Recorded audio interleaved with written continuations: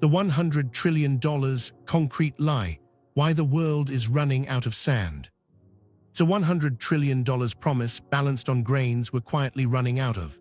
Here's where things get interesting. When the pause stop, cities stall, mortgages wobble, shipyards idle, insurers panic, and coastlines lose their buffer.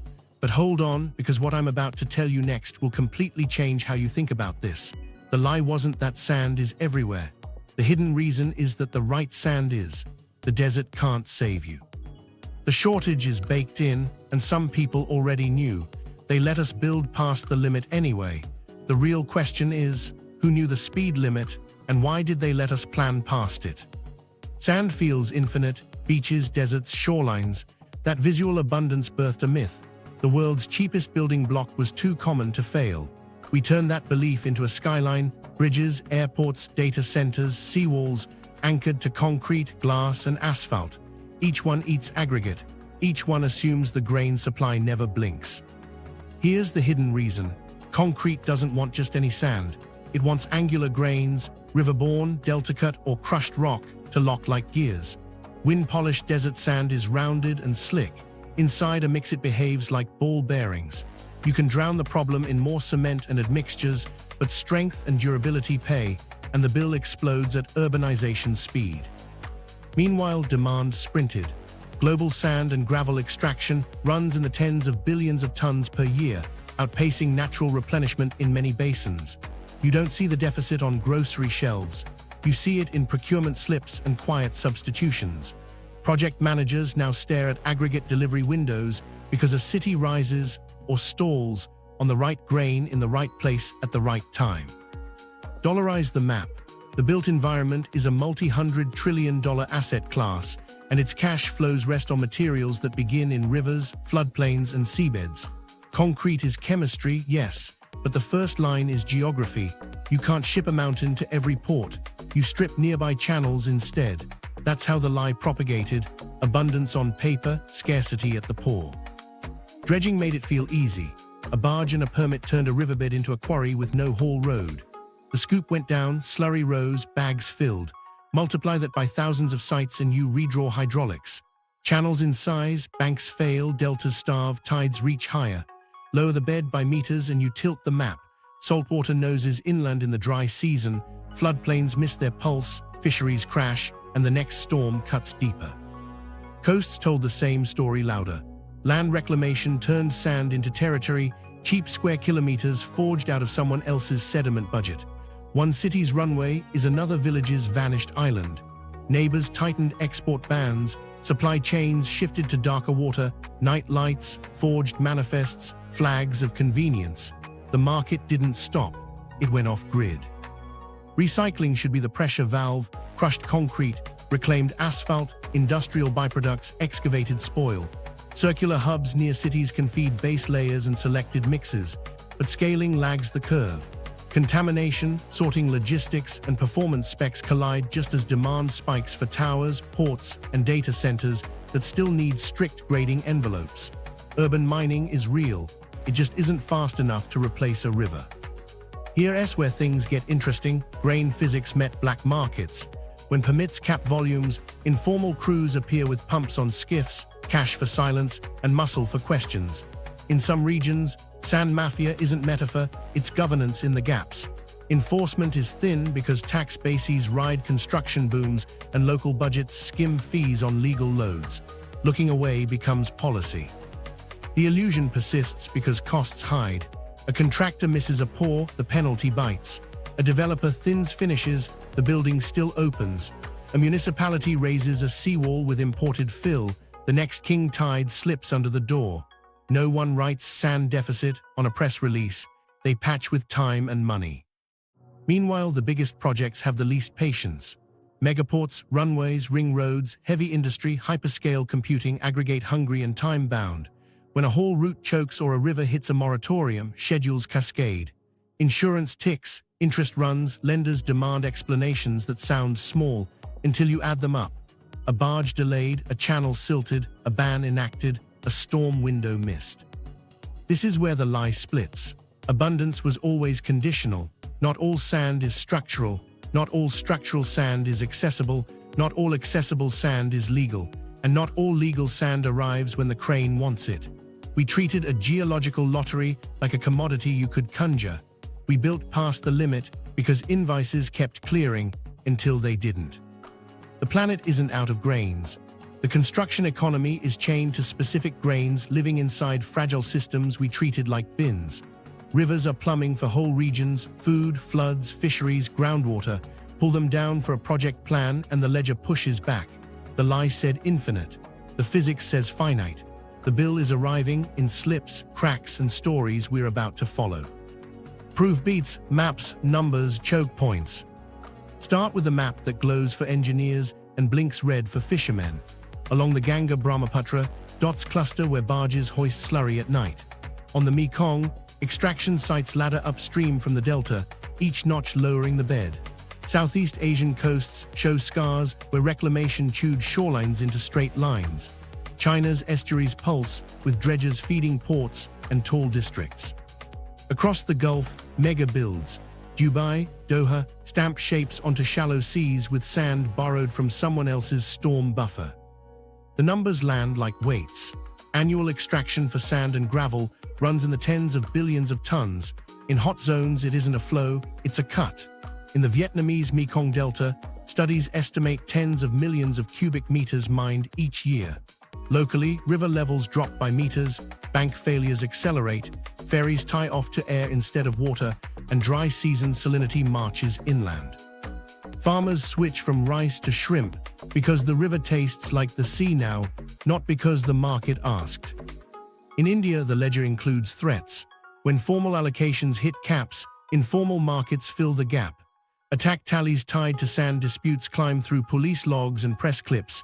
Beatings, drownings in illicit pits, officers run off roads, reporters silenced. Sand Mafia isn't metaphor, it's the price signal moving without permits. Singapore turns local holes into global geometry. The city-state expanded its land area by roughly a fifth in recent decades, fueled by imports.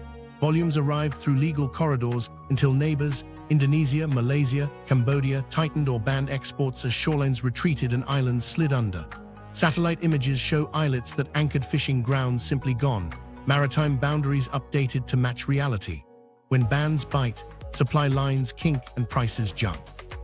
The next dredger sails farther, burns more fuel, and digs in deeper water with less oversight. Navigation is another choke. Riverbed lowering steepens gradients, shifts talvegs, and changes currents. Channels pilots know like home can carve sideways after a season of extraction. Sandbars appear where charts promise depth. Storm surges ride easier upriver on the new slope. Port authorities scramble to dredge just to stand still. Insurers revise hazard models. A foot less under keel isn't a foot. It's a clause that lights up on a storm night. Follow the money. Cement kilns can hum. Rebar can sit in stockpiles. But if a quarry's haul permits stall or the barge queue stretches weeks, the poor date moves. That ripples into liquidated damages, interest carry, and labor remobilization. Gantt charts don't show a bulldozer stuck in a confiscated pit or a silt curtain blocking the only legal takeout on a tidal creek. What amplifies this is the enforcement gap. Most nations don't track extraction in real time. Customs codes lump sand and gravel together without end-use detail. Local permits specify daily limits, but sparse patrols and opaque subcontracting make those lines aspirational. Paper abundance, reserves on maps, permits on boards, masks physical scarcity at the bank. On paper, sand is everywhere. In practice, the right sand sits in specific places, tied to livelihoods and hydrology. Getting it to the poor requires a chain of things going right. A river level safe for pumping, a barge path not closed by monsoon silt, a neighbor who hasn't outlawed exports after a bank collapse, a port slot, a storm window, a tide. Miss one link and a headline project meets a missing ingredient. Hotspots teach the rule, geography decides. The Mekong's incision invites salt, the Ganga's pits invite gangs, the Pearl and Yangtze estuaries juggle navigation with subsidence, the Gulf's prestige projects tug at regional sediment budgets. Singapore's appetite rearranges neighbors' maps. Each place writes the same sentence with different nouns. The right sand in the right place at the right time is a system, not a pile. Mine the system, and the invoice arrives as erosion, intrusion, violence, delay. From global to human, that's next. Who pays when a bank of sand collapses? Not the spreadsheet, the people living on its edge. 3 days after the dredgers moved upriver, a fisherman named Min pushed off before dawn into a channel his grandfather swore was once quiet. The current felt quicker under the hull, the sound lower, meaner. He cast where the bank used to arc in a slow bend, but the bend was gone. The river had sliced straight, the shelf he counted on scoured away. By noon, his net held more sticks than fish. He pulled in a clump of roots and stared at the bank, fresh earth slumping, a mango tree tilting like a man bracing for a fall. Upstream, a village watched the same slope creep. First the path cracked, then the ferry tie-off sat a foot higher each week until it hung in air. Children found puddles where groundwater once seeped clear. They tasted brackish before the elders did. Rice yellowed. The talk turned from when the water comes to how far it will climb. A council meeting drew everyone, and the loudest voice didn't belong to the headman. It was a grandmother pointing her stick at a wall chart. We used to plant on the dark moon, now we plant on luck. In the city, the costs sounded different. A contractor stood by a school site while rebar cages baked and the schedule bled. Aggregate arrived in trickles. The crew stacked pallets of cement under tarps and played the penalty clause math like a drumbeat. 1 missed pour and the budget slides. 2 and the project manager starts practicing apologies. The principal walked the fence with him and traced the opening date they'd promised parents. "We can teach under a tent," she said, "but we can't pour a foundation in a sentence." In a growing port, reclamation fills slipped 2 weeks. Cranes idled. Ship pilots drank long coffees and watched anchorage stack into frustration. A logistics lead recalculated demurrage and heard the number whisper through a dozen businesses: warehouse overtime, trucking shifts, insurance premiums nudging up because everyone knows delays invite storms. A meter on a desk flipped from green to amber with the rhythm of a barge convoy that never turned the corner. Health rides on this too. When a channel drops and banks unravel, turbidity blooms, pumps drag in silt, treatment plants spike coagulants. In river towns, evenings smell like a quarry and mornings start with a cough. Dust follows trucks from illegal pits, and it doesn't ask for addresses. Meanwhile, where beds deepen, dry season salt rides upriver, taps taste wrong, clinics see rashes and headaches. A nurse in a Delta clinic stacked empty saline bags after a heat wave and said, half to herself, "We don't drink tide tables." Back by Min's Bend, a man with a clipboard showed up one afternoon and asked if anyone had seen the dredgers at night. People stared at their shoes. A month earlier, a boy had slipped in a pit hidden by rain and never surfaced. His cousin tried to pull him and vanished too. The police came and left. Later, 2 men on a motorbike waited outside a reporter's house and told him they knew where his daughter walked after school. The next day, the reporter filed a story about a festival instead. City budgets track the ripple as line items. Concrete prices jog up, bids bake risk into every pore. A mayor stands before microphones and explains why the housing project will cost more and take longer. Rents inch anyway. A tenant opens a lease renewal and finds a $100 hike with a cheerful note about market conditions.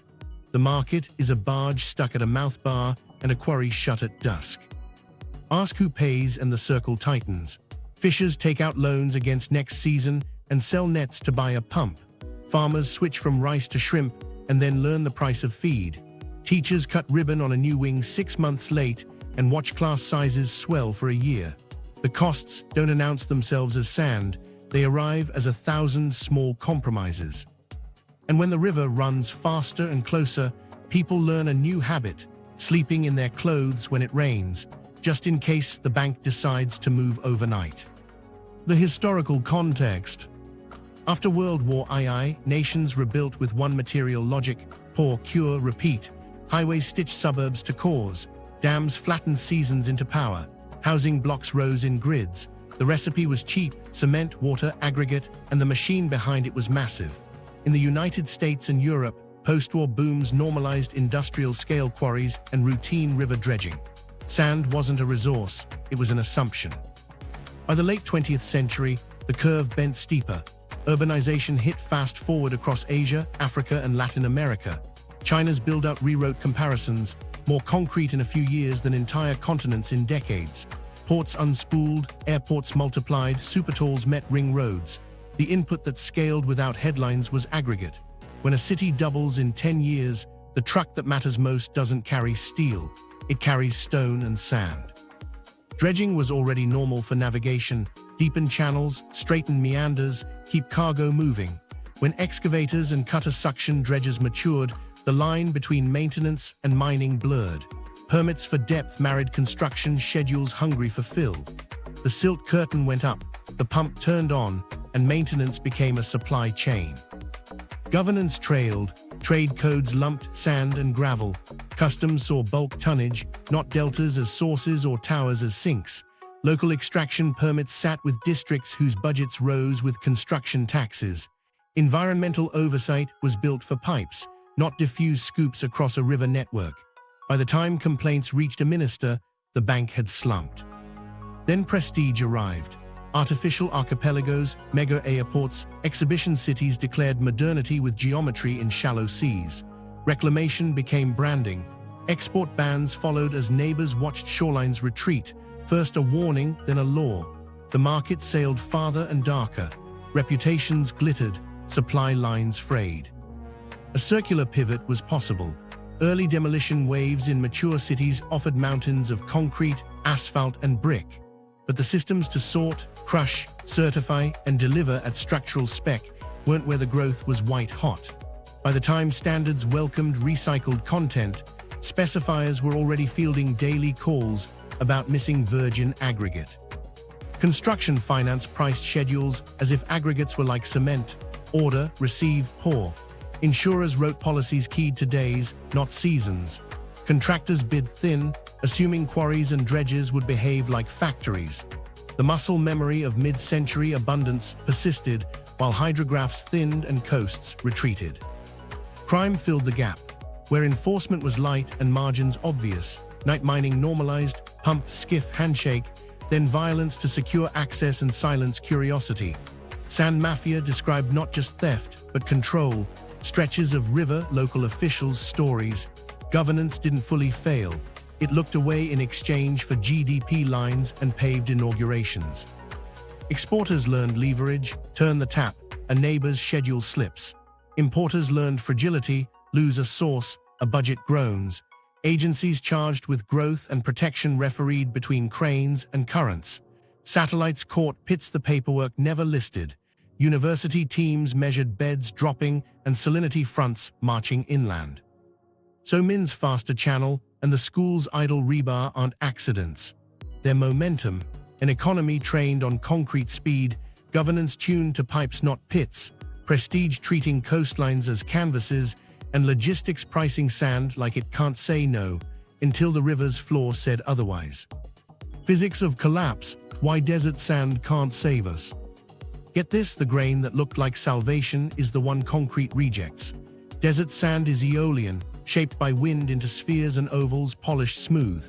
In a mix, those rounded grains slide past each other and starve the interlock that makes concrete strong. What cement wants is bite. Angular faces and rough textures that key together, translate load, and resist shear. River sand, delta sand, crushed rock, those come with edges. Try to fix roundness with more cement and admixtures, and you pay twice: money and embodied carbon. The physics doesn't blink because the skyline wants a shortcut. Now remember, concrete is not just cement plus anything granular. It's a controlled packing problem. Grain size distribution, surface roughness, and shape drive voids, water demand, and strength. Angular aggregate builds skeletal frameworks inside the paste. Rounded grains increase paste demand and reduce friction. Push too much paste, and shrinkage rises, micro-cracking follows, durability drops. High-spec mixes for bridges, marine works, and high-rise columns live and die by grading curves and surface area. When you swap angular for round, you fight the mix at every step: workability, segregation, air entrainment, finish, and then discover the cure didn't cure. Desert sand also skews fine. Wind sorts it tight around similar diameters with fewer coarser fractions. That uniformity feels elegant until you pour. Without a healthy spread of sizes, fines spike surface area and steal water from paste. The mix clumps or slumps wrong. You can blend with crushed fines to rebuild the curve, but logistics creep in. You're now moving angular aggregate to fix rounded sand at scale, hauling rock across heat to meet a schedule that assumed the desert next door could carry the load. Freight eats margin, heat eats moisture. The job site inherits a physics lecture in the form of delays. Meanwhile, coastlines and bridges don't negotiate. Marine works need aggregates that resist alkali-silica reactions, supply abrasion resistance, and keep chloride ingress at bay. Grain shape governs permeability pathways as much as chemistry. A rounder skeleton invites easier movement of ions. The life cycle corrosion bill arrives early. In seismic zones, interlock matters even more. Energy dissipation in microstructures, crack tortuosity, bond strength at the paste aggregate interface. Try building a ductile frame with marbles. The drawing looks fine, the core sample doesn't.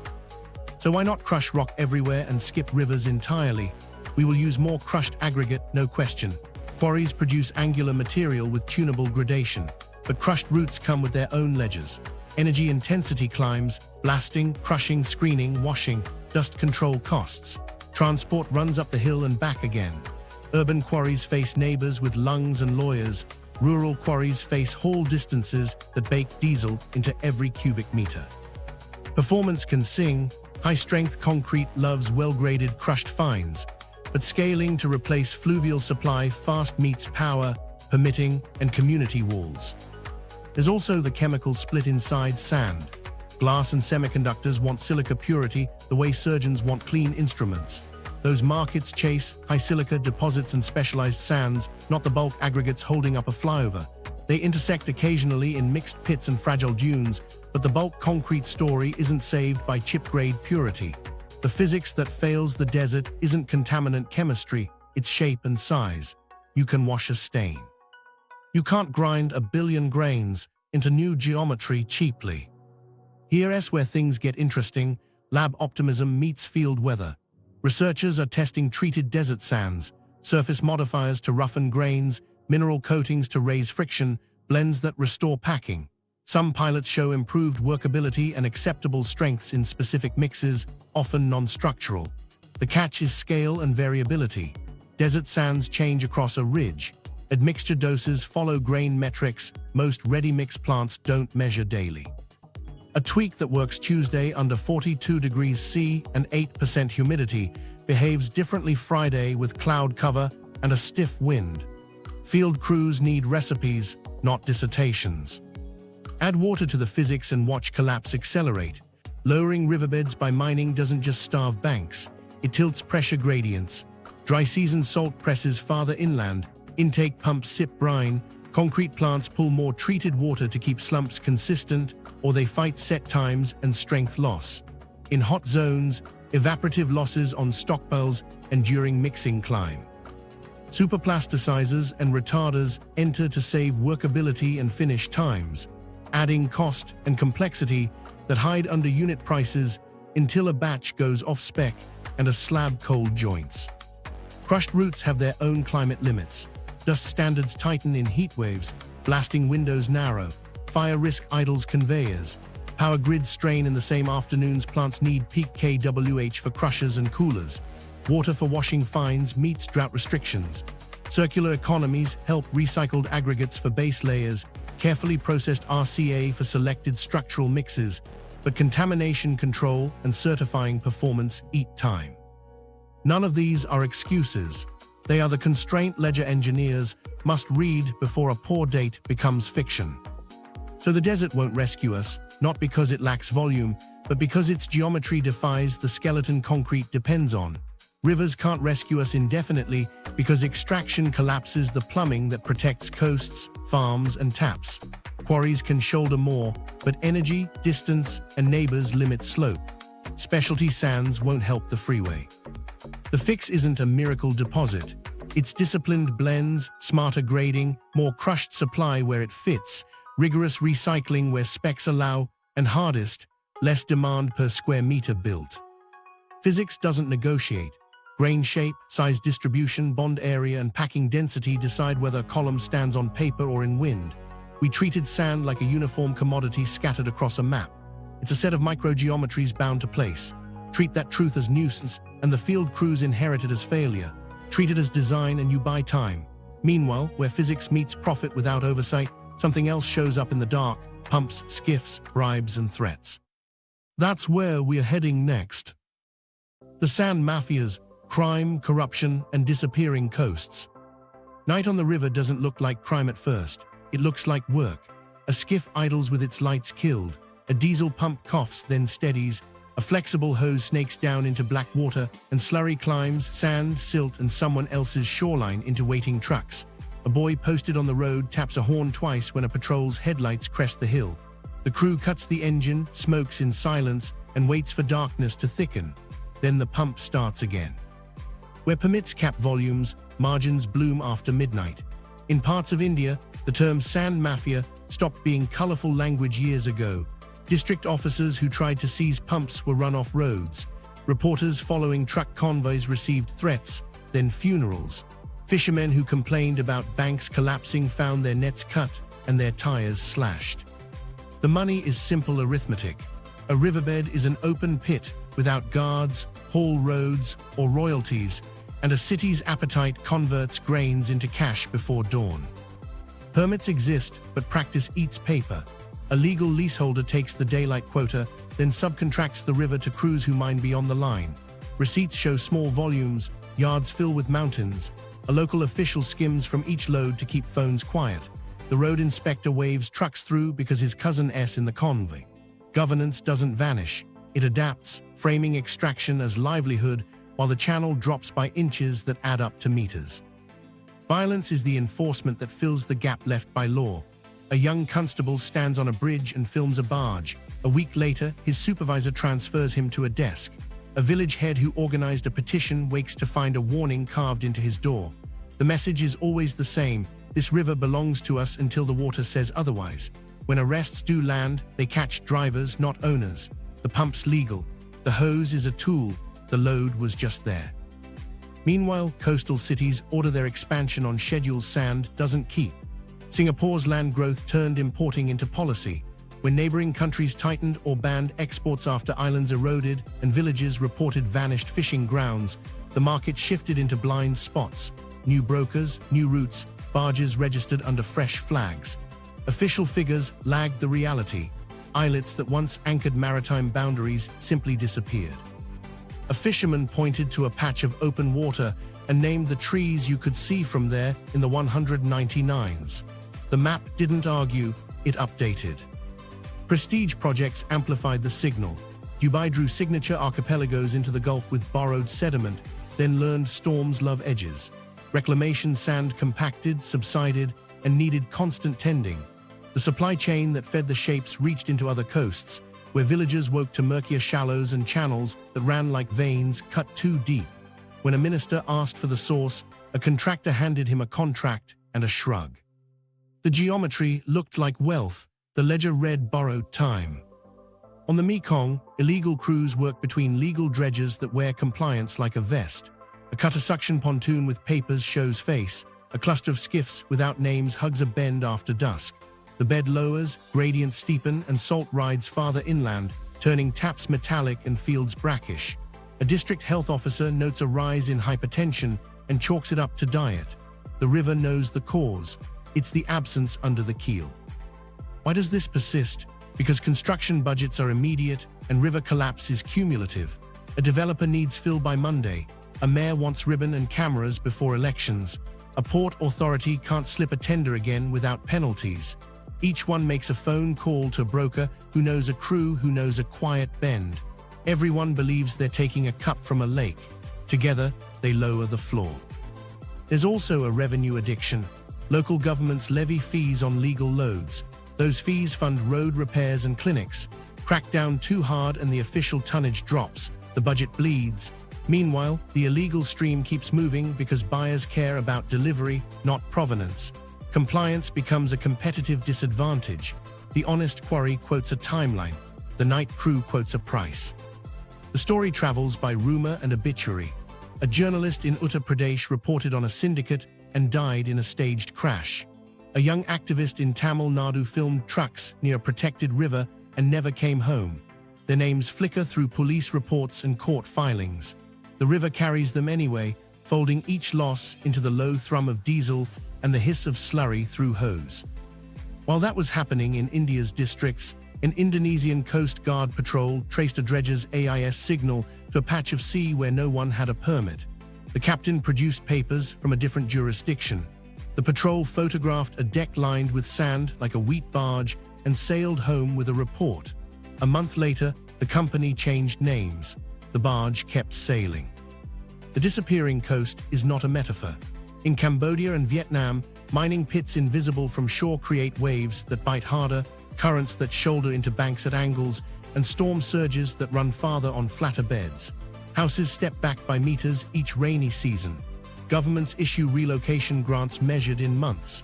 Families measure loss in trees, grave, and the distance to the new ferry landing. Here's the hardest truth. As long as we build the way we build and price what we build by calendar, the black market will feel like a solution. Enforcement can raise risks. Bans can push boats farther, make loads smaller, increase costs. But the only pressure that holds is reducing demand, tightening legal supply with real-time tracking, and making recycled and crushed alternatives cheaper where they stand. Until then, the night pump will sound like progress to the man holding the hose, and like collapse to the man standing on a falling bank. Ports, reclamation, and the vanishing island. Start with a city that manufactures land the way others pour sidewalks. Singapore learned to grow by eating the sea, parcel by parcel. For decades, barges lined up like patient ants, tipping sand into curtains of geotextile and rock. Shorelines straightened. New runways appeared where tides used to turn. The volumes were staggering, hundreds of millions of tons pulled from somewhere else's storm buffer. When neighbors watched their beaches thin and islets shrink, export bans clicked on. Indonesia, then Malaysia, then Cambodia and Vietnam. The AIS tracks didn't stop, they bent. Dredgers sailed farther, changed flags, and offloaded at night. On satellite images, specks that once anchored fishing grounds simply vanished. A fisherman steered his skiff to a set of coordinates and cut the motor over open water, pointing at nothing and naming the trees that used to catch wind there. That geometry had a ledger. Each reclaimed hectare was a warranty claim against a region's sediment budget. Currents resorted what remained. Waves bit higher. Storms found the new edges and tested them. Reclamation sand compacts. It needs tending, drains, and stone. Engineers understand that. The bill is time and money. The hidden cost is born afield, where a small island's disappearance redraws a maritime boundary and a village shifts its boats to deeper water they cannot afford. Meanwhile, in the Gulf, prestige drew maps with dredgers. Dubai's Palm and World Archipelagos rose as marketing that could be seen from orbit. The supply chain that fed their outlines tugged at submerged shoals and far coasts. When storms arrived, they read the geometry like a welcome mat. Nourishment campaigns rolled in behind, importing ever more sand to keep the brochures true. Doha carved harbors and platforms out of shallows for stadiums, free zones, and towers, and learned the same lesson. The first pour is cheaper than the second, because the second pays for the sea's opinion.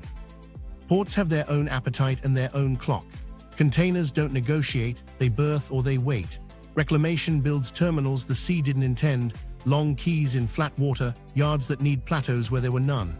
Each project hunts bulk fill with a schedule attached. If the inland quarry can't deliver, the dredge becomes procurement and construction at once. Cutter suction heads bite a channel deeper, then swing to feed a pad. On blueprints, the arrows are tidy. In water, each swing lowers the bed, steepens the gradient, and alters the tide's reach. Pilots adjust. Insurance notices. The next storm swells 1 centimeter higher over a kilometer more of flat. Engineering makes this all feel normal. Silt curtains, turbidity monitors, fish screens, settlement ponds, each one helps. But combine them with a market that moves faster than permits and you get another pattern. When a region tightens the rules, a broker proposes an alternative. Offshore maintenance dredge with generous definitions, a transshipment point outside territorial waters, a document that lists origin, multiple. Compliance teams read PDFs. Barge decks count grains. The port ribbon cuts on time. Insurance names the risk without poetry. Engineered shorelines settle, subside, and sometimes liquefy if shaken before they finish binding. Sea level rise lays a ruler over their lifespan. Add subsidence from groundwater draw, the compaction of new fill, and the lower bed from nearby mining, and your elevation margin narrows like a road at dusk. Underwriters price it into premiums and exclusions, overtopping limits, storm windows, surge models that look at channel depth as hard as they look at wind speed. A port director reads those terms and adds ballast to concrete at the budget line. There's a military edge to this, quiet and decisive. Runways lengthened on constructed land, deep berths for naval hulls, fuel depots tucked into reclaimed corners. Each needs sand. National security becomes logistics. Your supply of fill controls your timeline. If a neighbor's ban holds, projects slip from quarter to year.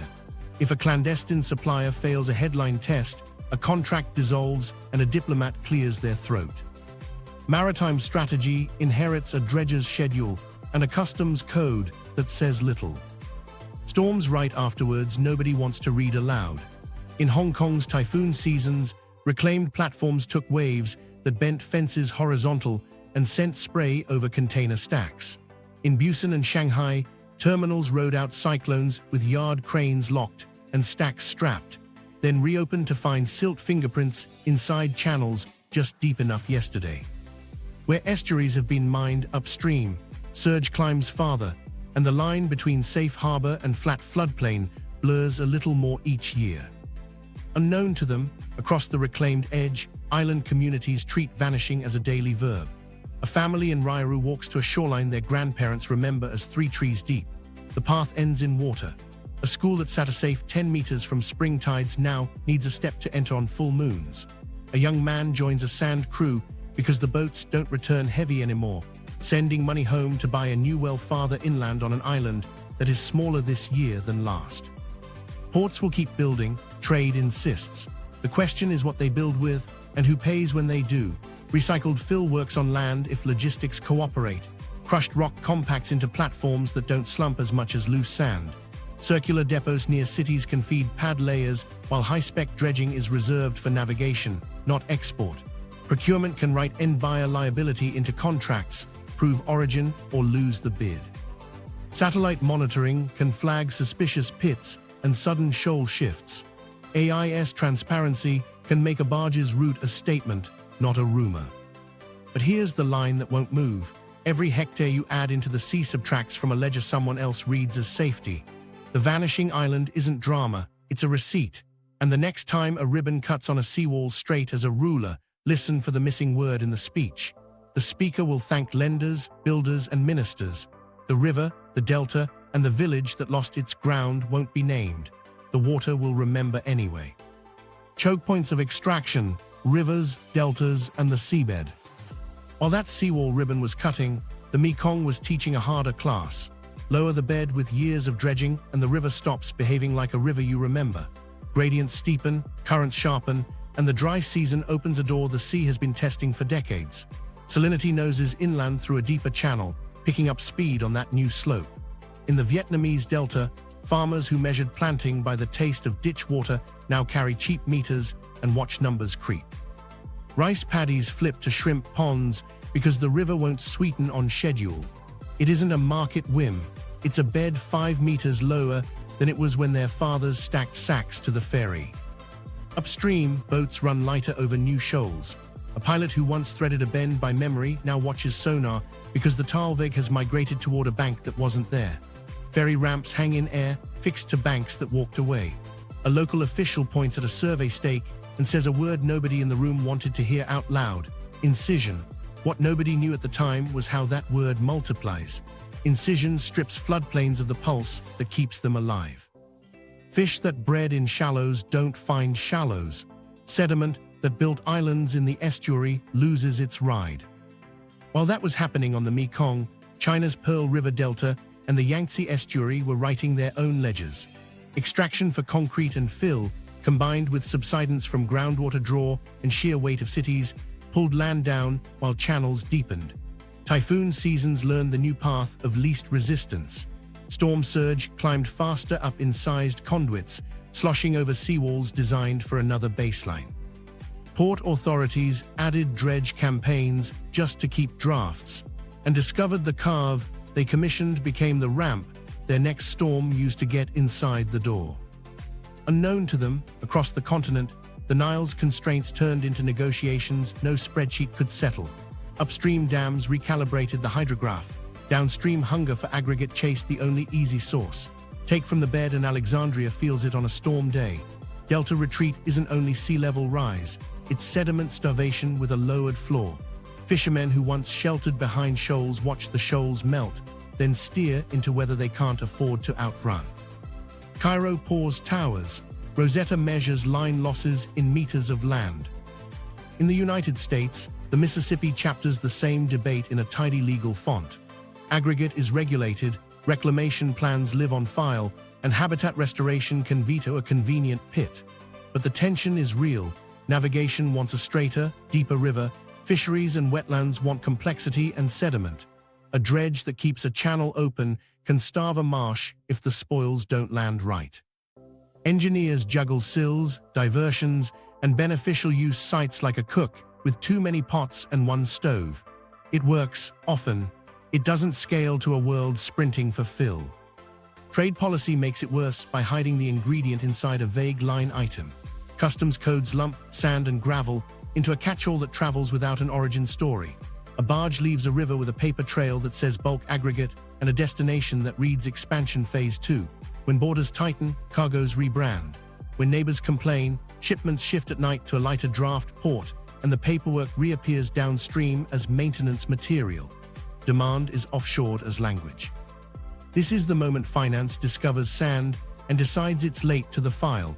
Banks underwriting megaprojects start asking where fill originates. Builders produce compliance binders. Satellite analysts sell services that can spot pits growing along rivers not listed in permits.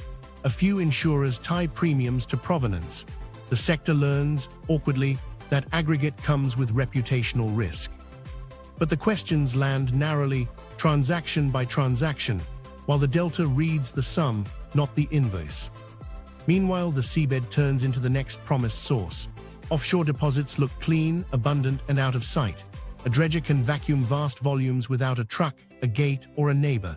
The physics says otherwise.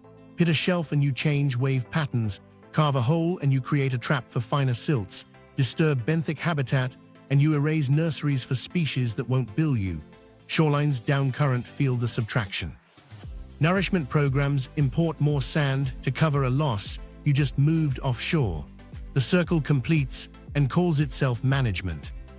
Everything was about to change when one port paired dredge windows with storm calendars, missed an extraction slot, and learned a supply chain is a season, not a truck. The fix wasn't heroic. It was a list. Extraction caps tied to bed surveys, salinity triggers that pause pumping, real-time AIS on dredges, public dashboards that turn maintenance from a euphemism into a route. Contracts added end-buyer liability and provenance audits that actually visited a bend at dusk. It didn't stop mining. It made absence visible before the bank fell. Here's where it gets interesting. These choke points aren't failures of sand. They're failures of how we treat rivers, deltas, and seabeds as warehouses, not systems. The Mekong needs its floor to keep salt at the door. The Pearl and Yangtze need friction to blunt surge. The Nile's delta needs silt and time, not just concrete and prayer. The Mississippi needs dredging and diversion held in the same plan. Offshore needs a map of no-go zones drawn by waves and fish, not only by bathymetry. Without that, every barge that leaves a bend takes more than grains. It takes options. Financialized geography, the aggregate index nobody tracks. While that bend in the Mekong was cutting deeper, spreadsheets in distant cities learned a new language. Construction schedules didn't slip because cement was late or cranes failed. They slipped because a quarry permit stalled, a barge window closed, a storm clipped a dredge. Somewhere between a pit and a poor money discovered sand, and it didn't like what it found. An essential input with no index, no futures curve most people trust, and a geography that can't be diversified by wish. Developers felt it first.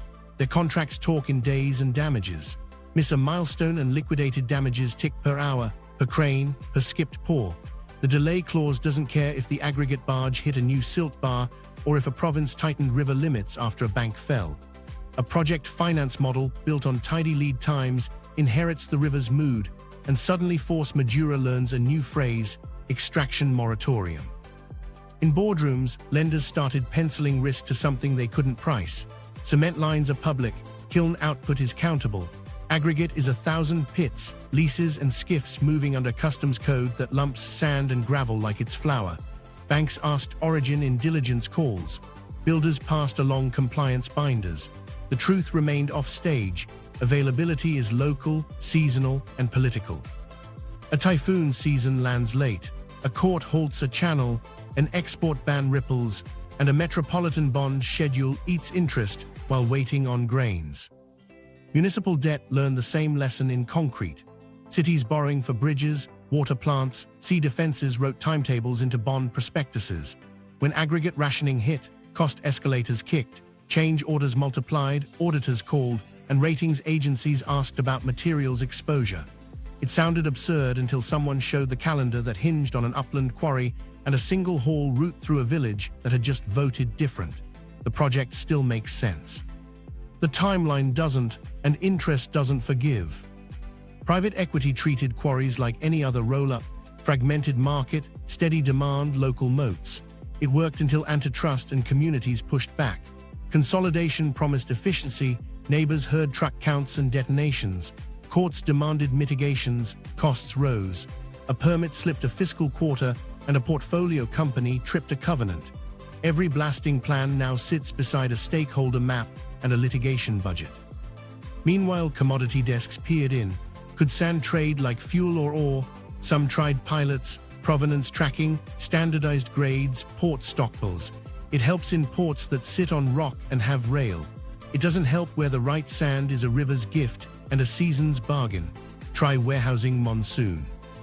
Technology's demand curve pours fuel on all of this. Data centers want pads and pads want fill. Transmission lines want footings. EV factories want slab acres and fast access. Every climate bill that accelerates clean energy adds concrete, rebar, and aggregate to the near-term shopping list. Circular supply helps, but the front-loaded build-out pushes demand into the very windows rivers and quarries struggle to meet. A green timeline meets a gray bottleneck. Insurers don't negotiate with hope. Delay in startup coverage, builders risk, business interruption, premiums and exclusions shifted once underwriters added aggregate supply interruption to events that can cascade costs. Prove your source, show your contingency, and map your extraction windows to storm seasons, they said. A port expansion learned that the hard way. When a dredge misread a swell, lost a week, and reclamation fills slipped, the insurer paid and wrote a rider for the next policy that priced the tide. Unknown to them, across an ocean, a CFO slid a new line into contracts, delivery windows defined by extraction and navigation triggers, not just calendar dates. Customers balked, then signed after their own lawyers realized clawbacks were cheaper than lawsuits. A clause on page 37 became the gasket between physics and finance. Markets sniffed an index and found a mesh. No single price captures the right sand in the right place. What emerged instead were proxies, contractor backlogs, cement spreads to rebar, regional freight rates for bulk, and quietly, nightlights on known river reaches. Traders watched AIS pings on dredgers, customs data through narrow ports, and satellite speckle where channels shouldn't move. 1,000 tiny signals stitched a map of absence into a number only a few desks could read. Communities noticed they'd become a footnote in someone else's risk memo. A village that blocked trucks to keep a school's walls from cracking learned it had moved a foreign pension fund's returns by basis points. A harbor that enforced a no-night dredging rule for dolphins and fishermen delayed a mega-terminal and lit up a sovereign wealth fund's call sheet. Legitimacy became collateral. Projects with transparent sources, recycled content, and enforceable extraction caps borrowed cheaper. It wasn't philanthropy, it was math. Fewer headlines, fewer pauses, smoother cash flow. Here's where it gets interesting. Finance can slow a shovel faster than a protest sign if terms require it. In buyer liability and live provenance audits make brokers choose between margin and jail. Bond covenants tied to riverbed surveys ratchet flow automatically. Insurers discount projects that publish pit-to-pour dashboards. A quarry with community equity and a reclamation track record beats a cheaper permit with nightly videos on phones. Money doesn't grow scruples, it prices them. But finance is also late and narrow. It likes deals, not deltas. It reads contracts, not currents. The index nobody tracks isn't just price. It's risk compounded by maps, seasons, and law. Until we treat Aggregate like the system it is, every schedule will keep discovering geography the hard way, when a crane swings over an empty pad and a banker asks why sand didn't show. The technology Gambit: can innovation buy time? Here's where things get interesting. Engineers hate unsolved constraints, so they built a kit. Start with the obvious: recycled aggregates. Demolition once meant rubble to landfill. Now crushers break slabs to graded RCA, magnets pull rebar, washers knock dust down, and mobile plants set up inside city limits. That cuts haul miles and delivers base course, sub-base, and even selected structural grades when specs allow. It works best where demolition is steady, sorting is strict, and plants sit within 30 kilometers of new sites. The catch is contamination. Chlorides, gypsum, and stray polymers show up in unpredictable ways. Quality control becomes a religion, and throughput slows when a load goes off-spec. It buys time, it doesn't erase the curve. Crushed rock is the workhorse many regions are leaning into. Quarries tune gradation, dial angularity, and supply consistent fines that make high-performance mixes sing. Producers blend crushed sand with limited natural sand to hit packing curves, reducing reliance on rivers. Energy is the bill: blasting, crushing, washing, dust capture. Communities are the limiters. Truck counts, noise, and particulate standards push plants to electrify and add enclosures. It's scalable where rock sits near demand and power is stable. Where it doesn't, freight eats the promise before it leaves the gate. Then there's chemistry. Geopolymers and alkali-activated binders replace a chunk of Portland cement with industrial byproducts: fly ash, slag, calcined clays. Lower cement means less paste demand, less sensitivity to rounded grains, and better durability in aggressive environments. UHPC pushes the other way: more paste, steel fibers, tiny aggregate, and compressive strengths that let designers use much less volume per span. The upside is life cycle performance. The downside is cost, curing discipline, and a trained labor force that can keep mixes within tight windows at scale. It's not a miracle, it's a method that moves concrete from commodity to craft. LC3 cements quietly matter more than headlines admit. Limestone calcined clay cement replaces a significant share of clinker with abundant clay and ground limestone, holding performance while shrinking CO2. Less clinker means mixes can tolerate a different sand profile without chasing workability with water. But producers still need gradation discipline, storage to avoid blend segregation, and procurement specs that allow new binders. Policy helps here. Procurement standards that accept performance-based mixes unlock the plant's willingness to switch. 3D printing shows up at conferences with swooping walls and time-lapse pride. Its real utility today is niche: formwork-free walls, rapid shelters, and custom elements with minimal waste. It is not a bulk aggregate answer. Printed mixes are cement-rich, fine aggregate heavy, and hypersensitive to rheology. What it does do is prove you can shape material with less volume for certain functions, aiming load paths where they belong instead of drowning every problem in thickness. Urban mining moves the story from demolition to logistics. Sorting hubs near city cores turn incoming streams into outgoing feedstocks. Crushed concrete, reclaimed asphalt, excavated spoil screen to spec. Co-locating with rail spurs and barge tie-up slashes diesel and keeps trucks out of neighborhoods. The obstacle is choreography, permits, neighbors, feedstock variability, and constant calibration. When it works, a metro starts treating its own past as a quarry for its future. Design trims demand without anyone noticing. Voided slabs, post-tensioned frames, slimmer sections informed by performance specs instead of prescriptive rules. Each shave aggregate per square meter. Precast plants recover wash water, reuse return mixes, and dial curing to reduce paste. Long-span timber and hybrid frames jump in where codes and fire engineering catch up, especially for mid-rise housing, schools, and offices. Every cubic meter of timber displaces a cubic meter of concrete floor. Without pretending, we'll build towers of pine on coastlines that flood. Policy is the blunt instrument that tunes the orchestra. Embodied carbon caps force material swaps and reward RCA and crushed blends. Environmental product declarations make producers show their math.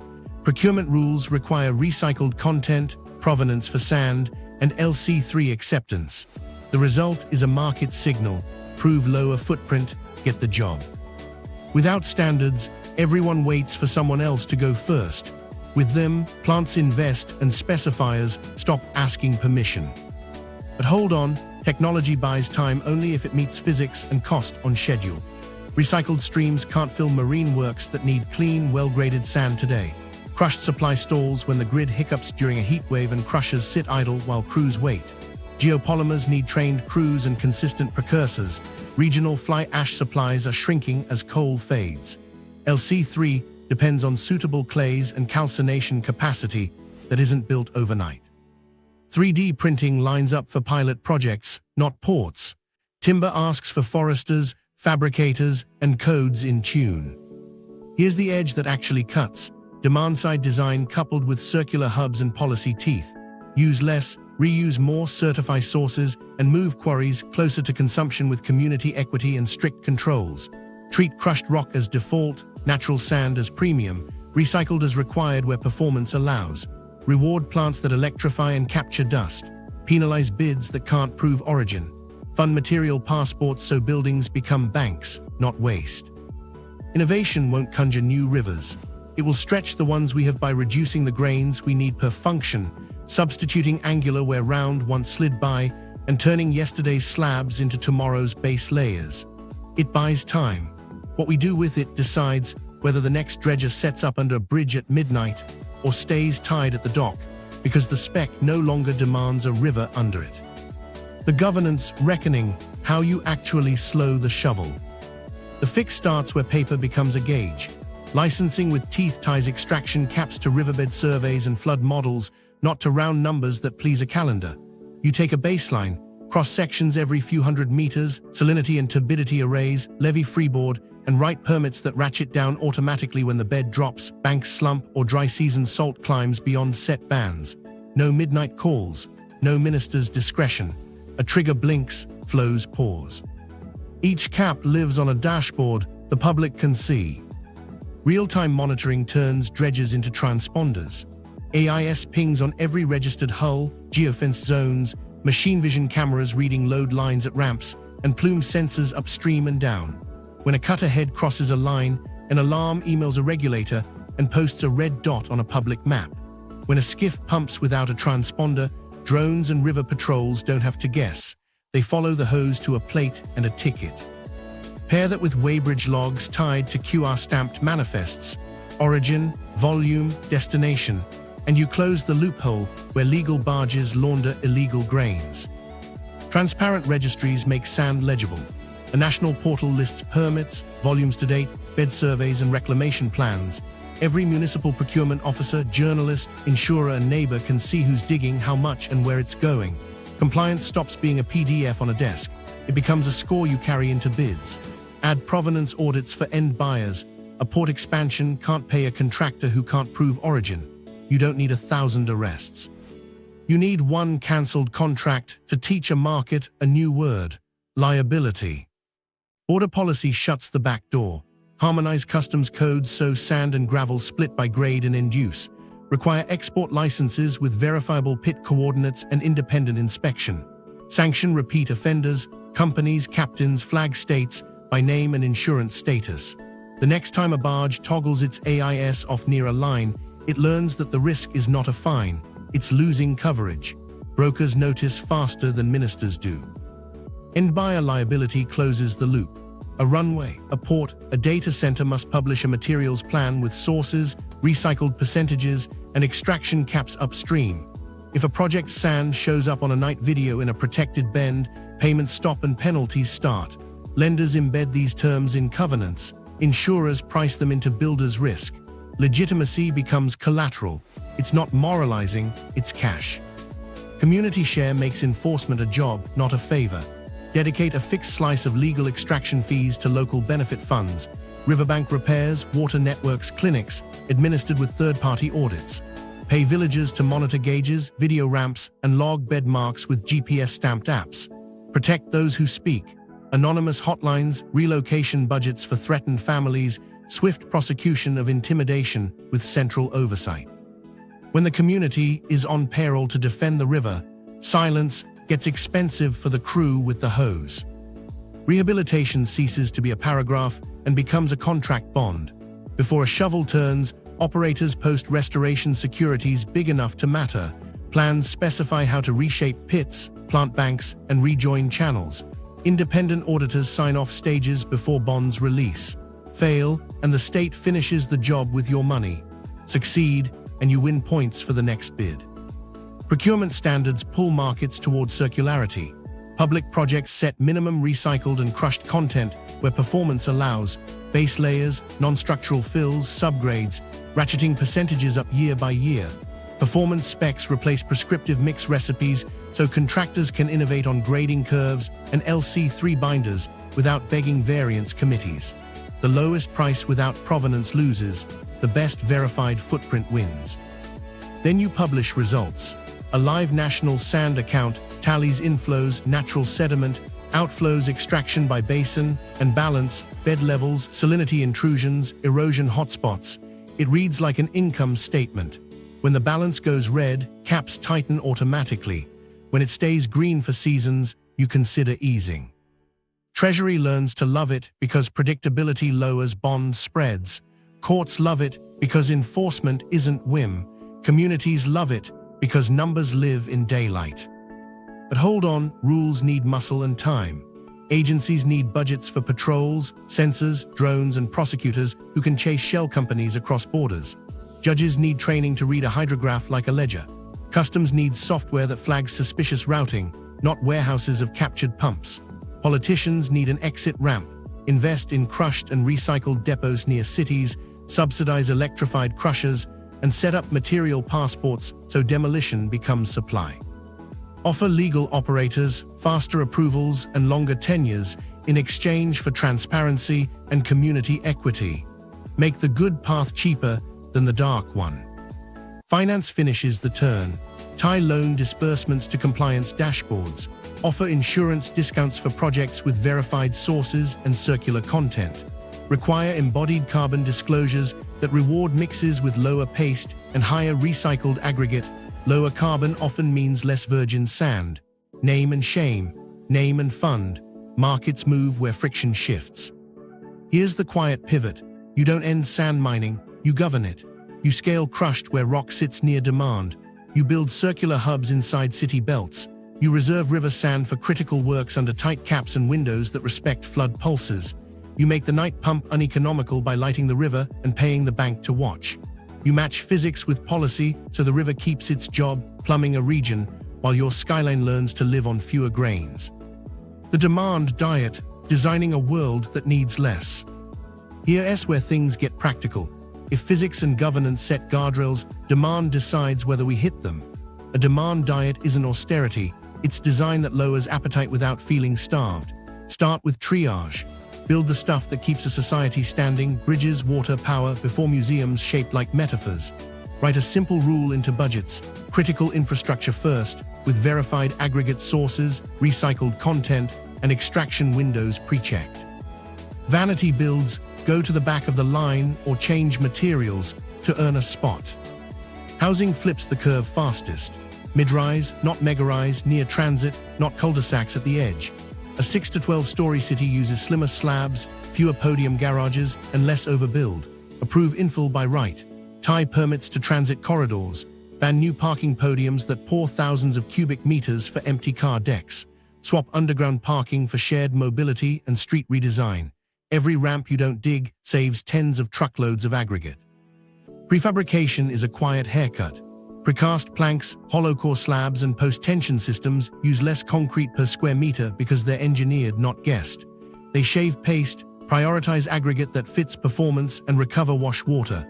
Bonus: fewer trips, fewer waste loads, fewer off-spec pours. When you spec performance instead of recipes, plants dial mixes to the function instead of drowning uncertainty in volume. Streets carry a hidden quarry. Narrow lanes, 10 feet, not 12, cut base layers across entire cities. Replace some asphalt with permeable pavers in low-speed zones. Use crushed recycled concrete for subbase with rigorous QC. Protect freight routes, slim the rest. A city that trims 2 feet from every lane miles long retires a river mine without saying the word. Design trims with voids where mass isn't needed. Voided or ribbed slabs deliver stiffness with less material. Two-way systems tuned to real loads stop pouring for a truck that will never park there. Push engineers to submit load path maps with their drawings. Reward them when the model shows grams per span dropping year over year. Treat grams per square meter like energy use intensity. Publish it. Renovate first. Incentivize deep retrofits with tax credits equal to the embodied sand you avoid. Assign city staff to adaptive reuse squads that clear permitting snarls for conversions.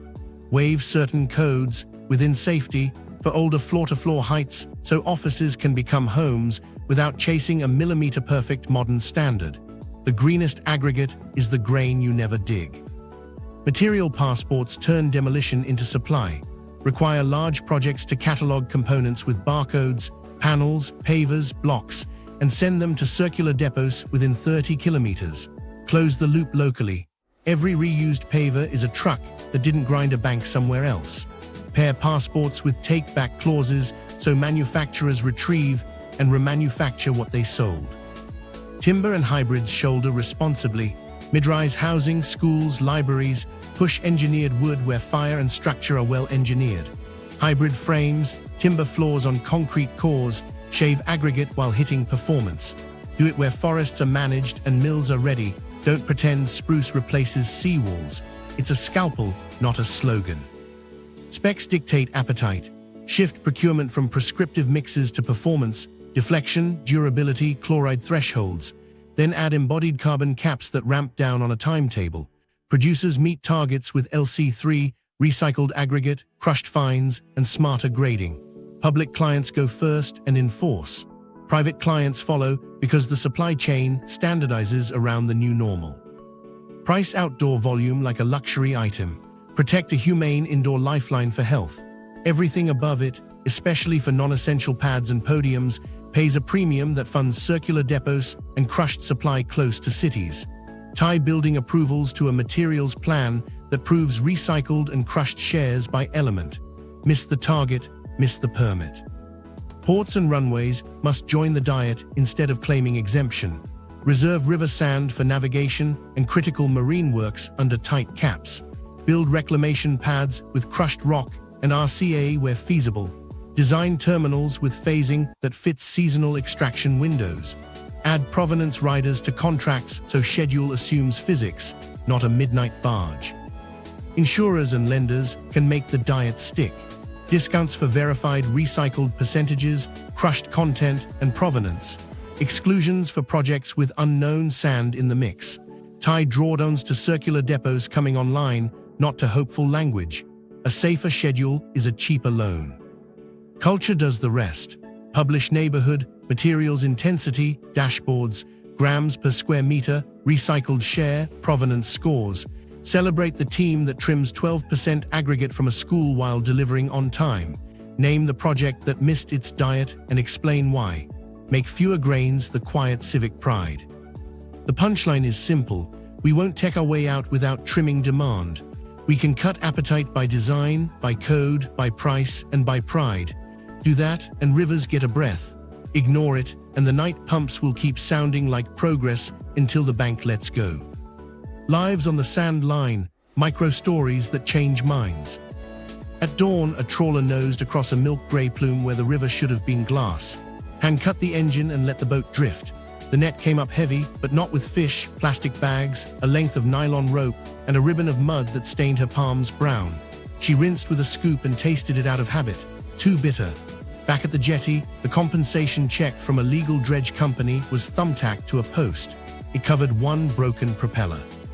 It didn't cover the days the river forgot to be a river. While that was happening in a city 2 hours upriver, a site engineer named Lewis stared at rebar cages lined like ribs under a tarp. The paw had slipped 3 days. The aggregate yard had turned him away twice. He ran his finger down a penalty clause and did the quiet math. Overtime for the crew that wasn't pouring, liquidated damages that would eat his bonus, and a principal who'd promised a library opening before exam week. At lunch, the concrete plant called. "We can send a half load at 5. He looked at the sky and said, "It'll be dark." The voice said, "So are the quarries." Unknown to them, across town, Celia sat with two bids on her desk. One was cheaper and came with no questions. The other came with provenance, recycled content, and a schedule that assumed storms and river closures. She could hear the chant from the plaza: rents, clinics, schools, and knew which ribbon cut faster. Her policy said transparency. Her phone said election. She turned the page back and forth like it might answer for her. A port pilot named Adair took a second coffee and watched ship lights hang in the anchorage. A swell from a distant storm rolled under the hull like a sigh. The harbor radio crackled, reclamation fill delayed, dredge window closed early, pilot stand by. He mentally traced 3 businesses downstream: a cold storage yard paying overtime, a trucking dispatcher rearranging routes with a blunt pencil, and a warehouse manager texting a dozen "not today" notes. He stirred sugar into that coffee and tried not to taste sand. Micro-stories have smaller rooms and louder clocks. In a river village, 2 boys chased each other along a path that wasn't there last season. The bank had stepped back, and the new path led to the ferry tie-off, which now hung crooked in air. Their grandmother took a stick and marked a line where high water used to stop. "We'll move the chicken coop," she said. "Not yet," their father answered. That night, rain stitched on the roof. The family slept in clothes, muscle memory, learned from neighbors whose house slid, without introducing itself. A contractor named Mira took a call from an inspector who wanted to see the materials plan. "Origin for sand?" he asked. "Crushed and recycled per spec," she answered. He read back the clause that let him hold her paw. She texted the quarry manager a screenshot of a satellite image with coordinates circled and wrote, "I need clean." He replied with a thumbs up and a photo of a pile that could be anywhere.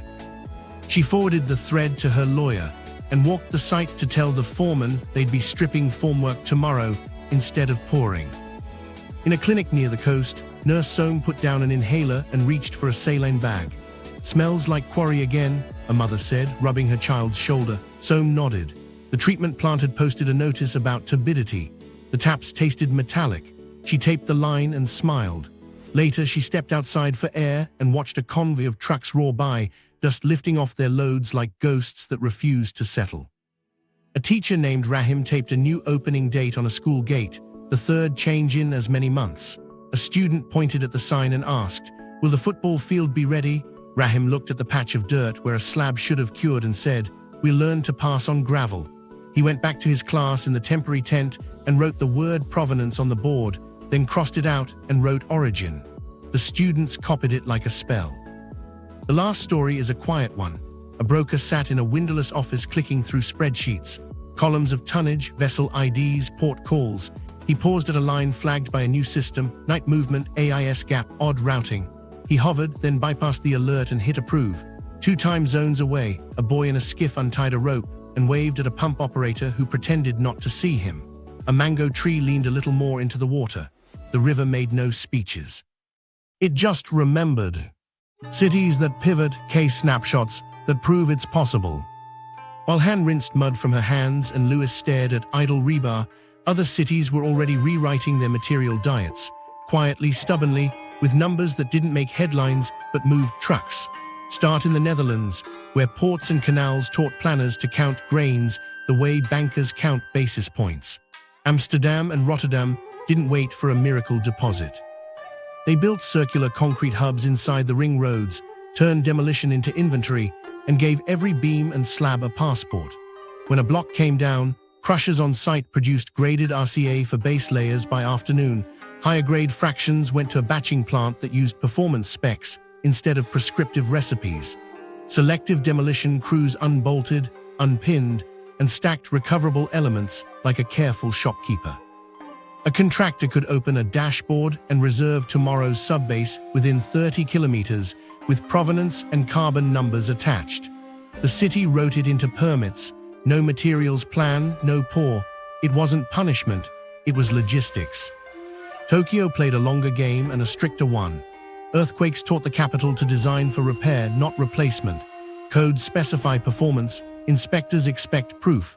Recycled aggregate isn't charity there, it's compliance, with grading curves and chloride limits printed on delivery tickets. Demolition is surgery. Crews sort by touch and trained eye, sending concrete, masonry, and steel down separate chutes before the first excavator bites. On the back end, municipal specs allow recycled aggregate for specified classes of structural concrete, so the loop doesn't end at the parking lot. Seismic retrofits follow the same logic. Strengthen frames, add dampers, keep the building that already exists. Every avoided slab is a river not mined. Copenhagen leaned into timber without pretending it could do everything. The city wrote embodied carbon scoring into permits and trained plan reviewers to use it. Mid-rise housing, schools, and civic buildings moved to engineered wood and hybrid systems where fire engineering and structure could be proved. Concrete cores stayed. Mass timber floors and walls shouldered the rest. In procurement, a kilogram of lower carbon material beat a cheaper kilogram that cost a delta. Every tender carried a materials budget measured in emissions and grains avoided. Developers adapted or lost to those who did. Across the Pacific, Los Angeles and Vancouver flipped a switch in the one room every contractor visits, the specs. Both cities wrote low-carbon procurement into public works, then did something rarer. They accepted mixes with crushed glass, slag, LC3, and higher recycled aggregate where performance allowed. Batch plants invested because orders arrived steady. Precast yards retooled to recover wash water and reduce paste. Street departments narrowed lanes and used RCA for subbase as policy, not pilot. The first miles felt like a paperwork headache. The next thousands saved a river no one could name on a map. Singapore, the city that turned reclamation into a verb, discovered boundaries and then innovated inside them.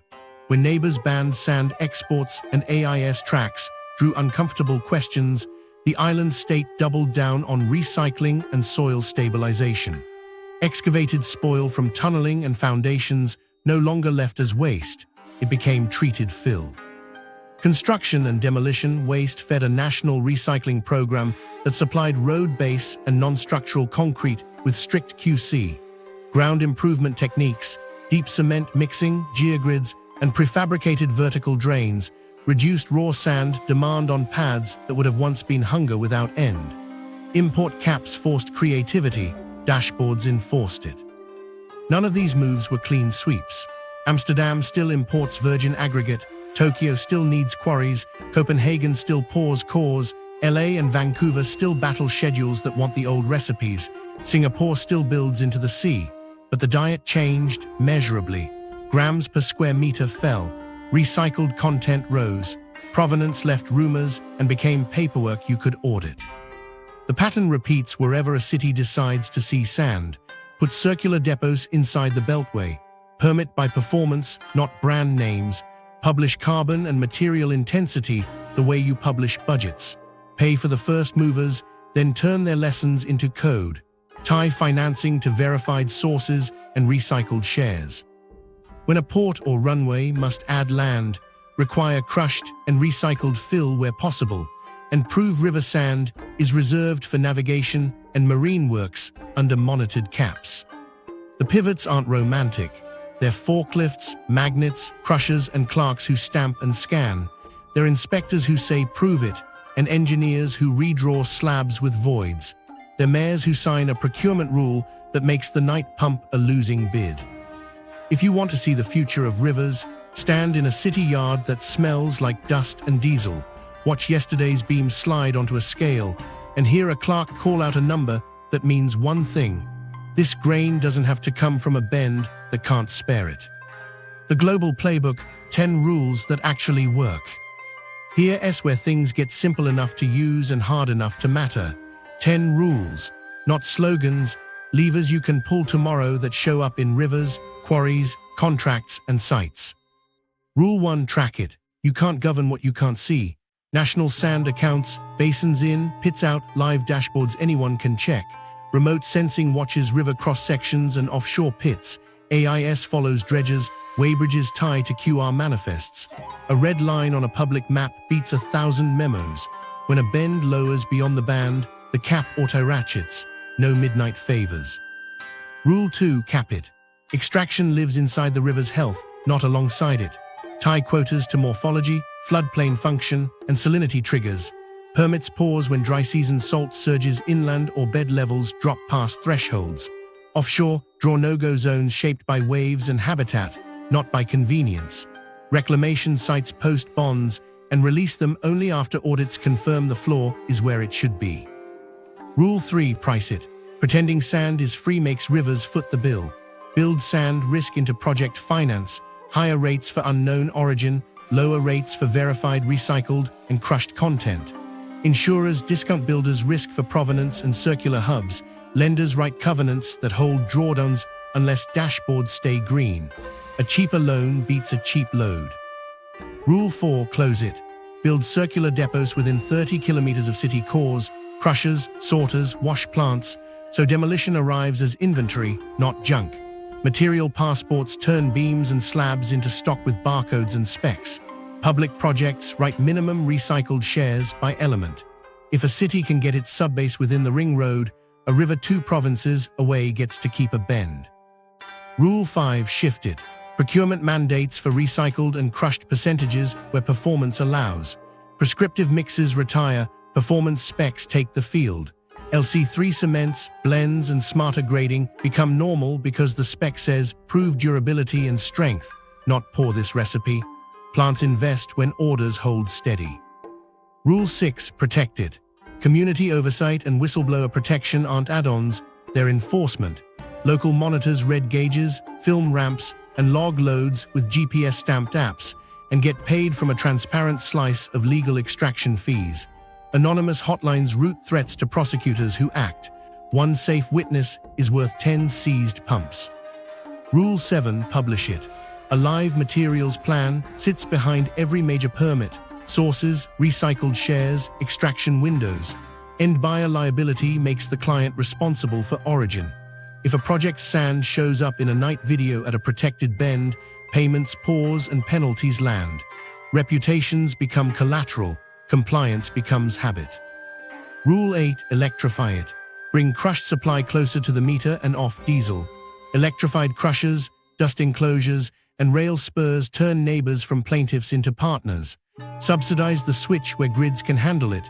Pair with storage so heat waves don't idle plants. When the plant hums clean inside a city belt, trucks shrink and margins improve. Rule 9. Reserve it. Keep river sand for navigation and critical marine works under tight caps. Reclamation pads rely on crushed rock, treated spoil, and RCA where feasible. Ports phase schedules around extraction windows so storms and fish get their season.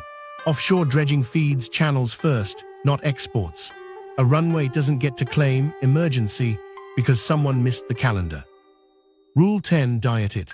Codes and budgets cut appetite, mid-rise near transit, voided slabs, narrow lanes, renovate first, publish grams per square meter like energy use intensity, price outdoor volume like a luxury, protect a humane indoor lifeline. Tie permits to materials intensity scores and celebrate teams that trim without drama. It's not austerity, it's design. These rules travel because they braid together. Tracking makes caps honest, pricing makes provenance real, circular depots make mandates practical, protection makes enforcement possible, publishing makes everyone accountable, electrifying keeps neighbors on side, reserving saves rivers for their real job, the diet makes the rest stick. Cities that pivoted didn't wait for a miracle deposit.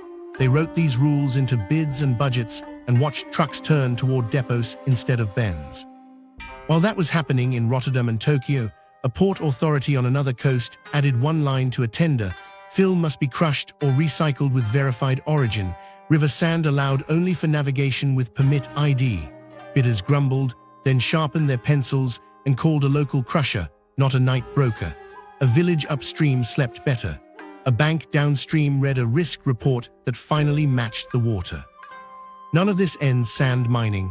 It stops pretending the river is a warehouse. It makes crushed rock the default, recycled the requirement, and river sand the exception you have to earn in daylight. Pull these 10 levers and the night pump gets quiet, not because the boat vanished, but because the market moved. And when the market moves, rivers remember how to be rivers. The climate squeeze, why the window narrows. While those 10 rules were landing on desks, the sky started writing in bolder ink. Heat didn't just make days miserable, it rearranged the calendar rivers keep. Glaciers thinned, snowlanes crept uphill, and what used to be storage, ice holding water until fields and cities needed it, turned into flash. Melt came earlier, faster, and all at once.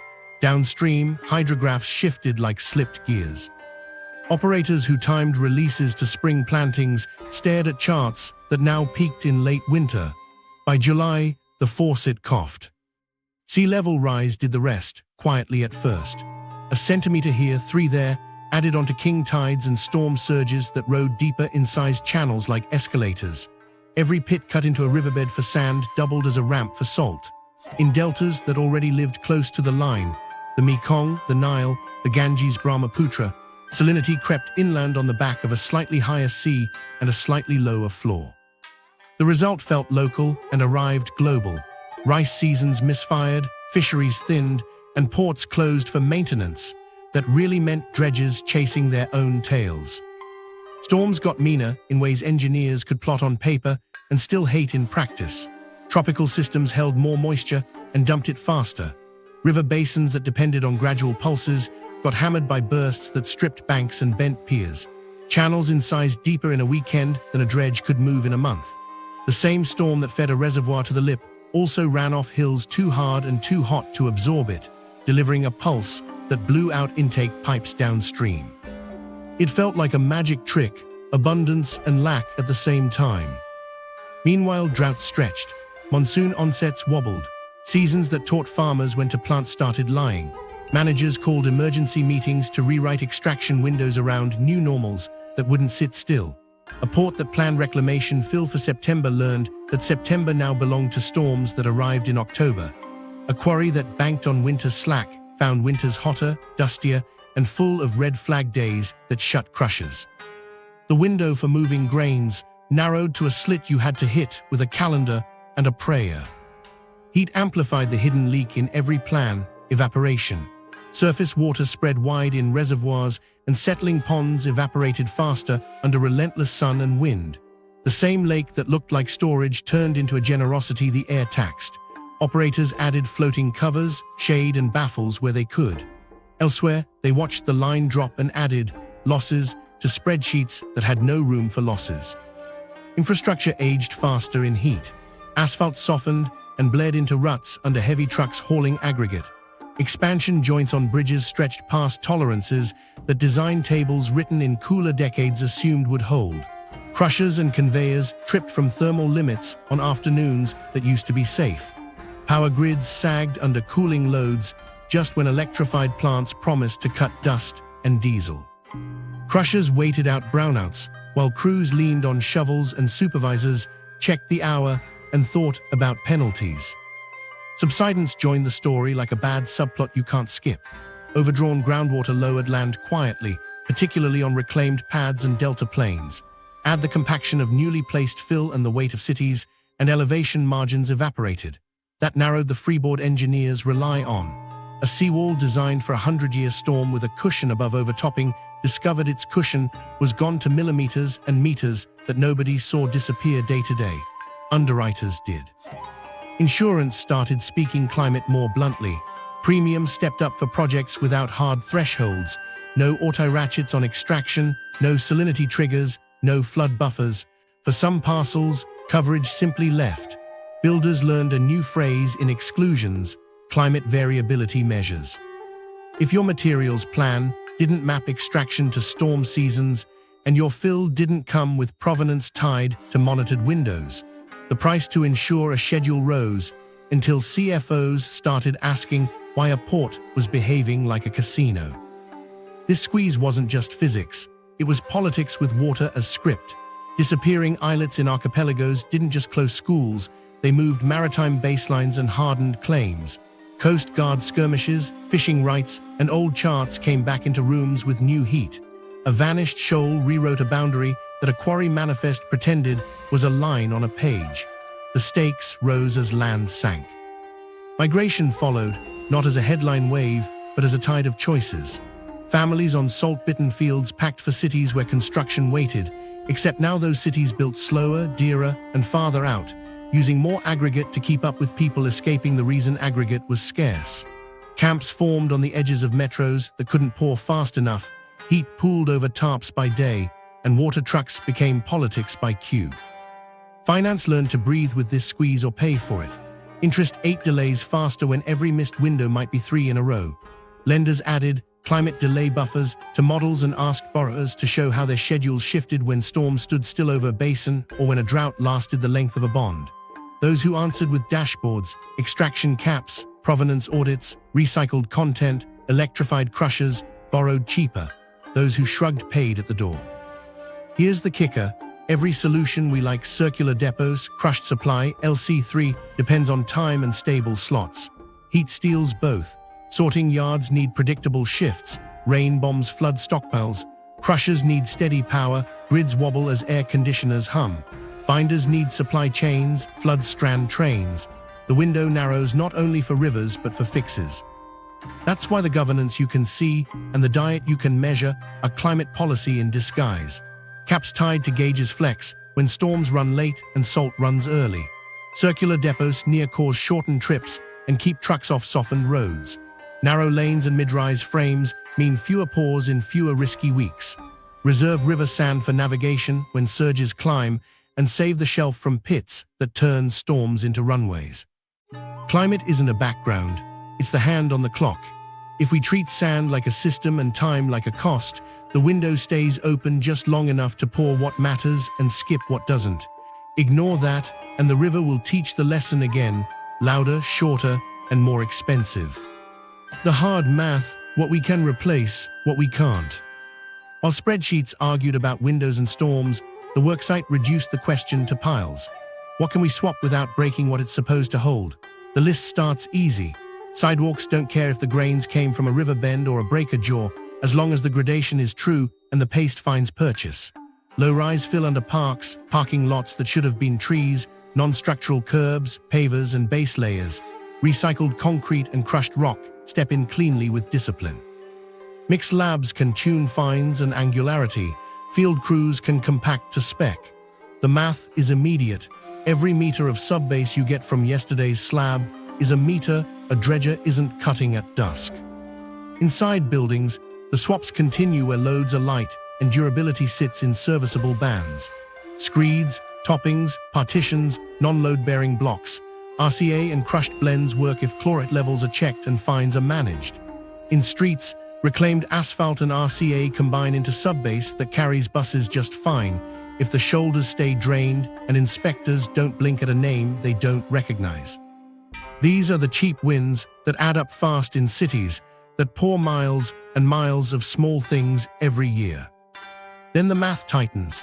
High-spec mixes for bridges, marine piers, wastewater plants, and tanks don't like surprises. Grain shape and size distribution govern packing density. Paste demand governs microcracking and permeability decades from now. Rounded river sand and well-graded crushed fines can both work, but the tolerance is narrow when chloride exposure, freeze-thaw, and cyclic loads come into the same equation. A mix that's fine in a plaza becomes a lawsuit on a bridge deck if the wrong fine dust sneaks in and the air void system goes sideways. Here, crushed can still win and recycled can still play a role, but lab time, tighter QA/QC, and plant discipline become non-negotiable. The price isn't the cost per ton, it's the time and skill to keep the curve true. Marine and estuarine works draw the hardest lines. Beach nourishment wants clean, well-graded sand that behaves like the native grains. Too fine and it blows away, too coarse and it scours the wrong bars. River sand reserved for navigation and critical protection has to stay in the kit, under caps that move with salinity and storm seasons. Offshore borrow pits can fill some gaps when mapped against wave dynamics and habitat. None of that rescues reclamation pads sized for circumstance, not safety.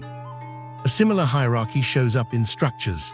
Columns and long spans benefit from UHPC and optimized designs that use less, but when you hang a train line or thread a cable-stayed bridge over a channel, inspection regimes and codes pile on for good reason. Crushed blends perform, recycled content can participate, novelty gets a slower lane, and it should. Where geopolymers and LC3 carry performance, they replace clinker and lower paste demand, but they bring their own training wheels, curing regimes, source variability, and procurement that needs a plan. It's not a miracle. It's a shift from commodity to craft exactly where skill is already required. The The timeline refuses to care about our best intentions. Circular markets can build in 5 years, permits, crushers, hubs, material passports, procurement changes. Demand curves for data centers, grid upgrades, runways, and defenses ride 25-year arcs. If we don't trim upstream appetite, the front of that curve runs us over while depots are still being poured. That's why the simplest swaps matter most. Mid-rise over high-rise, voided slabs over solid, narrow lanes over boulevards you can turn a battleship in. Each design choice shaves grams per square meter and rescues extraction windows for the things that cannot fail. There's also the math of maintenance. A city that fixes what it has slows the quarry without saying the word. Bridge overlays on time, cathodic protection before rust eats cover, joint reseals before water hammers rebar. Those decisions erase emergency pours that come with the worst timing and the dirtiest sources. A rail authority that grinds instead of replacing an entire slab buys years of river rest for free. The cheapest aggregate is the aggregate you never schedule in a panic. The wager is clear: prioritize longevity and repairability. Design for disassembly where you can, bolted, not cast, stacked, not monolithic, so the next generation treats your building as a bank, not a dump. Mandate material passports so those banks are visible when you need them. Fund circular depots inside the bypass, not outside the province line. Reward performance-based specs and punish mystery sand. Reserve river grains for navigation, surge barriers, and the few marine works that truly need them. And every time you're tempted to add a hectare into the sea, remember the ledger it subtracts from and ask whether a crushed pad, a different footprint, or a different project altogether could take the slot. In the end, the hard math isn't a spreadsheet. It's a map and a calendar. 5-year build-outs for circular hubs, QC labs, and new codes. 25-year demand from grids and runways. The things you can replace now: sidewalks, base layers, podiums, parking you shouldn't build, thick slabs you don't need. Fill the gap while the labs and plants catch up for the high-spec stuff. The things you can't: navigation sand, surge buffers, exact gradations for certain marine works. Get a lockbox with a combination only physics knows. Everything else belongs to a new diet. Use less, reuse more, certify sources, and treat quarries like neighbors, not warehouses. The map becomes a contract, not a wish. The deal we have to make. You can't negotiate with grain shape or storm surge. You can only choose how many grains you need and where they come from. The deal is simple, hard, and fair. Reserve river sand for rivers, build circular hubs inside cities, make crushed rock the default, and design like time and trust are scarce. If you want to see who's already honoring that pact and where the next fight will redraw a coastline, watch the next episode. Subscribe to GeoQuest for the maps, meters, and deals that decide which projects stand and which ones sink.